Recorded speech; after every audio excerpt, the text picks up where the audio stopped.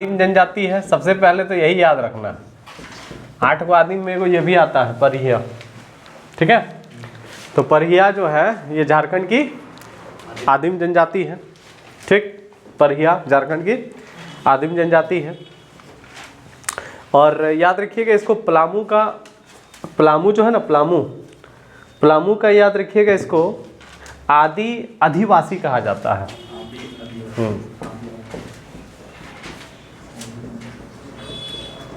आदि पुराना है ना।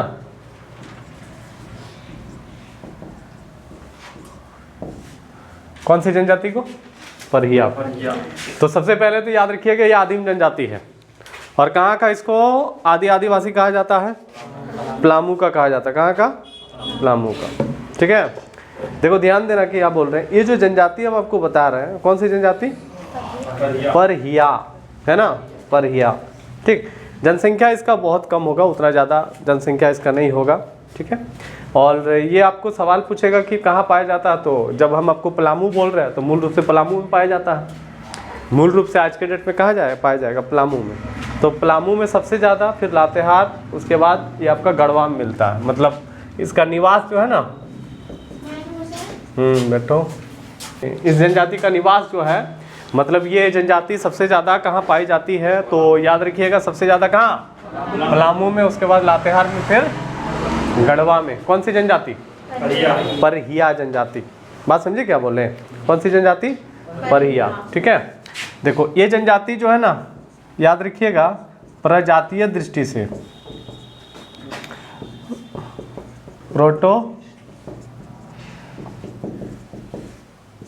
प्रोटोस्लाइड श्रेणी में आता है। और इसकी जो भाषा है, इस जनजाति की जो भाषा है उसको याद रखिएगा बेगानी कहा जाता है। क्या कहा जाता है? बेगानी। किसकी भाषा? बेगानी। बेगानी इसकी भाषा को कहा जाता है। परहिया भी बोल सकते हो, यही भाषा का यूज करते हैं। हाँ, मतलब इन लोग का आपस में जो भाषा है ना, उस भाषा को बेगानी कहा जाता है, ठीक है, ध्यान दीजिएगा। लेकिन ये लोग जैसे मान लीजिए ऐसे बातचीत में ज़्यादातर सादरी और हिंदी का ही प्रयोग करता है। बात समझे? मतलब इन लोगों का जो अपना भाषा है उसको बोलते हैं बेगानी, या फिर परहिया भी बोल सकते हो।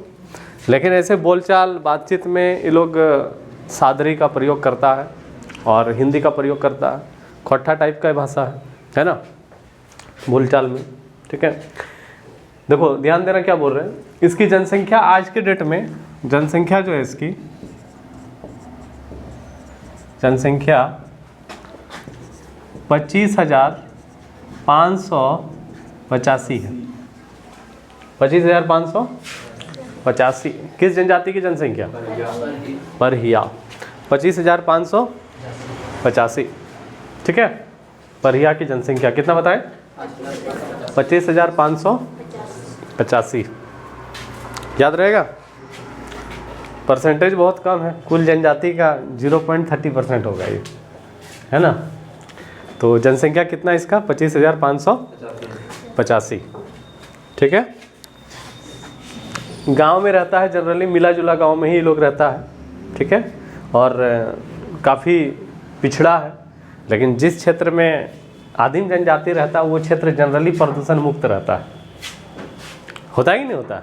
जैसे मान लीजिए कोई आपका नदी के आसपास रहता है, पहाड़ के आसपास रहता है, तो वो क्षेत्र प्रदूषण मुक्त होगा कि नहीं होगा? तो प्रदूषण फ्री जो क्षेत्र होगा वहाँ का आदमी ज़्यादा जिएगा कि नहीं जिएगा? जैसे शहर की तुलना में वहाँ का आदमी ज़्यादा जिएगा। बात समझ में आ रहा? तो कहीं ना कहीं याद रखिएगा प्रदूषण क्या करता है, लोगों का जो जीवन है उसको कम करता ही है। जैसे मान लीजिए आप झारखंड में रह रहे हो और कोई दिल्ली में रह रहा, तो आपसे 5 साल कम ही जिएगा।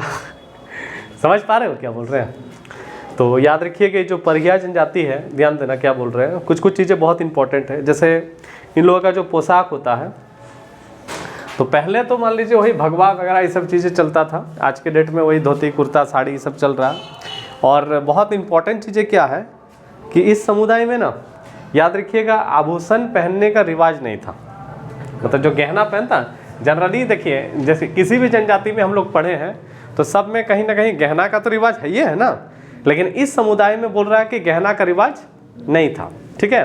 लेकिन आज के डेट में पहनने लगा है, पहले नहीं पहनता था। मतलब ये आपको याद रखना है कि आभूषण जो है, गहना जो बता रहे हैं ना, ये नहीं पहना जाता है। लेकिन अभी पहन रहा तो बोल रहा है कि अभी पहनता है ना ये लोग, तो ज़्यादातर तांबा का प्रयोग करता है। बात समझिए क्या बोल रहे? मान लीजिए इसका में गहना का रिवाज नहीं था, आभूषण ये लोग नहीं पहनता था, लेकिन अभी पहन रहा है, तो फिर क्या पहन रहा है? तो तांबा का प्रयोग ज़्यादा करता है। किसका प्रयोग करता है? तांबा का प्रयोग करता है ना। गोदना की प्रथा है तो उस सब में है।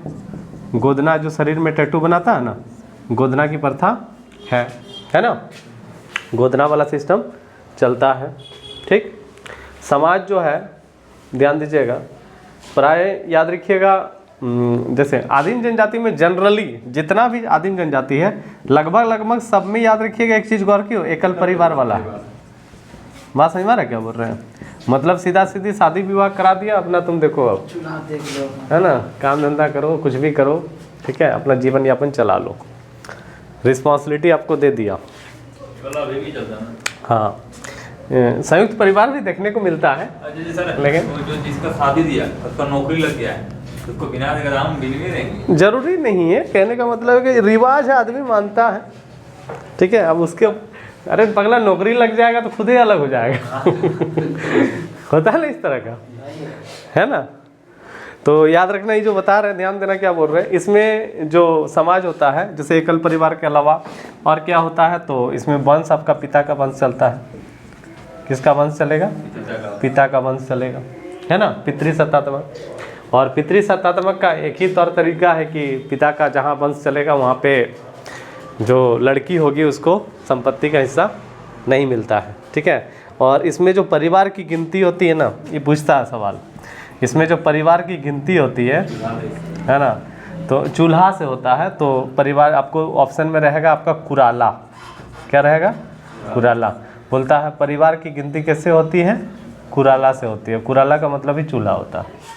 परिवार की जो गिनती होती है वो किससे होती है? कुराला से। और कुराला का मतलब ही क्या होता है? चूल्हा होता है। क्या होता है? चूल्हा। बात समझ में आ रहा? तो परिवार की गिनती कैसे होती है? कुराला से। और कुराला का मतलब क्या? चूल्हा, है ना। देखो ध्यान देना, बोल रहा है कि इन लोग अपना गोत्र भूल चुका है। बोला जाता है परिया जनजाति के लोग अपने गोत्र भूल चुके हैं। तो गोत्र प्रथा के लुप्त हो जाने के कारण नातेदारी इनके समाज को मजबूती और एकता प्रदान करने में एक महत्वपूर्ण भूमिका निभाता है। लेकिन रिजले है, इतिहासकार जो है रिजले, ये बहुत पता चला तो बहुत भेद करके गया है ना, तोड़ के गया। आप लोगों को तकलीफ दे रहा है वही रिजले। मतलब ये लोग, बोला जाता है कि लोग अपना गोत्र भूल चुका, लेकिन रिजले इसका 9 को गोत्र बता दिया, है ना। रिजले जो है ना, रिजले जो है, ठीक है, मतलब आपको पूछेगा कि रिजले के अनुसार, किसके अनुसार? रिजले के अनुसार याद रखिएगा कितना गोत्र है? 9 गोत्र है इस जनजाति में, पढ़ के चला जाता, सब पढ़ना जरूरी है ना। रिजले कितना गोत्र? गोत्र का नाम क्या क्या है? एक आप याद रखिएगा बाघ है, ठीक है। उसके बाद आएगा आपका गिद्ध, है ना। बाघ लिखो, गिद्ध लिखो, कौवा लिखो, ये तब याद हो जाएगा। कौवा लिख दो, बाघ हो गया, गिद्ध हो गया, कौवा। एक फनिंगा लिखो। अरे फटिंगा नहीं होता, फुदकता है, टिड्डी, है ना। फनिंगा लिखा, ठीक है। उसके बाद एक आपका मैना लिखो, ये तब गोत्र याद रहेगा। हाँ मैना के अलावा नाग लिख दो। क्या हो गया? नाग। तो गोत्र जान पहचान का ही है सारा, है ना। नाग लिखा। उसके बाद एक आपका लिख दीजिए, आपका एक लिखे ओफिया और एक आपका ततंगा। ये दो अनजान लग रहा है ना। दो को कौन सर? ओफिया, अर्गो, ततंगा। 8 गो हुआ क्या? 8 गो है ना। ओफिया एगो, ततंगा हो गया ना। अर्गो होता है गायत, गायत। तो इस तरह का इसमें गोत्र दिया गया है, ठीक है। तो जनरली देखो गोत्र उतना नहीं पूछा जाता है कि क्या क्या गोत्र है। आपको ये पूछ सकता है कि रिजले ने इसके कितने गोत्र बताए, 9। बात समझ में ना क्या बोल रहे हैं? तो रिजले कितना गोत्र बता दिया है? 9। देखो ध्यान देना क्या बोल रहे हैं।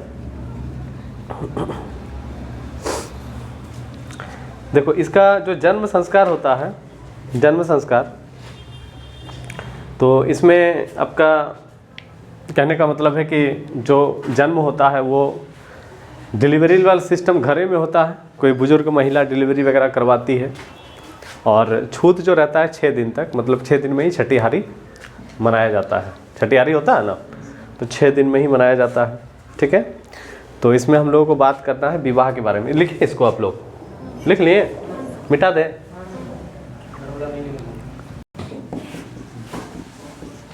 विवाह, ठीक है, क्या बता रहे हैं? विवाह। देखिए विवाह जो होता है, ध्यान दीजिएगा, इसमें याद रखिएगा, बोला जाता है कि विवाह बहुत इम्पोर्टेंट है। मतलब विवाह के बाद ही आप समाज का एक पूर्ण सदस्य कहलाइएगा। विवाहित आदमी को थोड़ा सा रिस्पेक्ट मिलता है, रिस्पेक्ट का दायरा भी बढ़ जाता है। ऐसा भी हो सकता है कि तुम लोगों को घर में रिस्पेक्ट ना मिले, लेकिन ससुराल में जाओगे तो रिस्पेक्ट मिलेगा।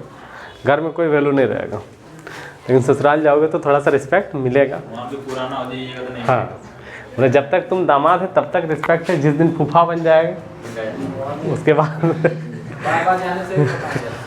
फूफा बनने के बाद उतना रिस्पेक्ट नहीं मिलता है ना। शादी के कुछ कुछ पूजा करना भी वर्जित है। हाँ, बहुत सारा चीज़ें हैं, है ना। बहुत ऐसा मान लीजिए जनजाति है जिसमें आप पाहन नहीं बन सकते हैं, है ना। है ना। तो यहाँ पे देखो ध्यान देना क्या बोल रहे हैं। जैसे बोला जाता है कि आपका गोत्र प्रणाली तो है नहीं, तो एक पीढ़ी देख लिया जाता है थोड़ा दूर का, 3-4 पीढ़ी के बाद, है ना। मैच नहीं करना चाहिए, लेकिन रिजले ने तो गोत्र बता दिया हालांकि। ठीक है, तो सबसे प्रमुख जो विवाह है इसमें वो है आपका आयोजित विवाह। आयोजित विवाह, आयोजित विवाह मतलब अरेंज मैरिज है, माता पिता के माध्यम से जो शादी होता है, जनरली यही चलता है। तो आयोजित विवाह के अलावा इसमें गोलट विवाह, सेवा विवाह, अपहरण विवाह, है ना, ये सबसे प्रमुख है। इसके अलावा गोलट है ना। गोलट मतलब अदला बदली, जिस घर से लड़की लाओगे वहाँ लड़की भी देना होगा, है ना। सेवा विवाह, है ना। अपहरण विवाह, अपहरण एक तरीका है, जैसे झूठों का मान लीजिए अपहरण करने का प्रयास करेगा, लड़की वाला छुड़ाने का प्रयास करेगा। ठीक है, हाँ, जैसे ये बोला जाता है कि वधू मूल्य यदि नहीं दीजिएगा तो होगा, है ना। तो इसमें जनजाति में वधू मूल्य जो होता है ना, वधू मूल्य, उसको डाली कहा जाता है। ये पूछता है सवाल ना, वधू मूल्य नहीं बताए थे। उसमें नहीं था कुछ इस तरह। उन्हें होता नहीं कि स्पेशली कि किसी में रिवाज है तो आपका किसी में कुछ उसका नाम दिया हुआ नहीं है, पता नहीं चलता है। जिसमें पता चलेगा उसी में आपको सवाल पूछा जाएगा। ठीक है, देखिए मृत्यु संस्कार जो है परिया जनजाति का, ठीक है, तो इसमें जलाने दफनाने दोनों प्रथा प्रचलित है। ठीक, जलाया भी जाता है, दफनाया भी जाता है, और जनरली हिंदू विधि से ही होता है। ठीक है, काम पूछेगा क्या करता है, तो जाहिर सी बात है आज के डेट में खेती करता होगा। अभी तो आदमी जंगल पर डिपेंडेंट रहेगा, अभी आदमी क्या करेगा, खेती मजदूरी यही सब करेगा। हम लोग भी खेती लिखते हैं। हाँ, ठीक है। एप्लीकेशन फॉर्म वगैरह आया, क्या करते हैं कि नौकरी प्रमुख देवता लिख दो, देवता लिख दो, सिंह बोंगा, सिंह बोंगा। प्रमुख देवता क्या हो गया, सिंह बोंगा। ये क्या हो गया, प्रमुख देवता। ठीक है, जो पुजारी होता है, पुजारी, उसको बैगा कहा जाता है। धार्मिक प्रधान, धार्मिक प्रधान जो होता है वो बैगा। ठीक है, धार्मिक प्रधान क्या हो गया, बैगा। बाकी पर्व त्यौहार वही है, कर्मा, सरहुल, सोहराय, है ना, फागु, जितिया, लिख लो। पर्व, कर्मा, सरहुल, सोहराय, फागु, जितिया के अलावा बाकी जितना भी त्यौहार है हिंदू धर्म से रिलेटेड, रामनवमी, दीपावली, है ना, दशहरा, सब मना लेता है। समझे क्या बोले?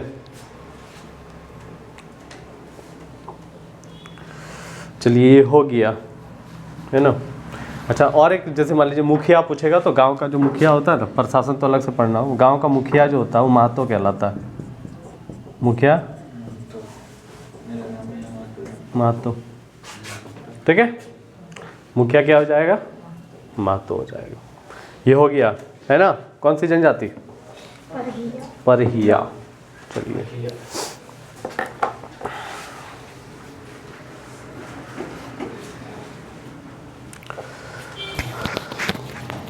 इसको पढ़ लीजिएगा आप लोग, ठीक है।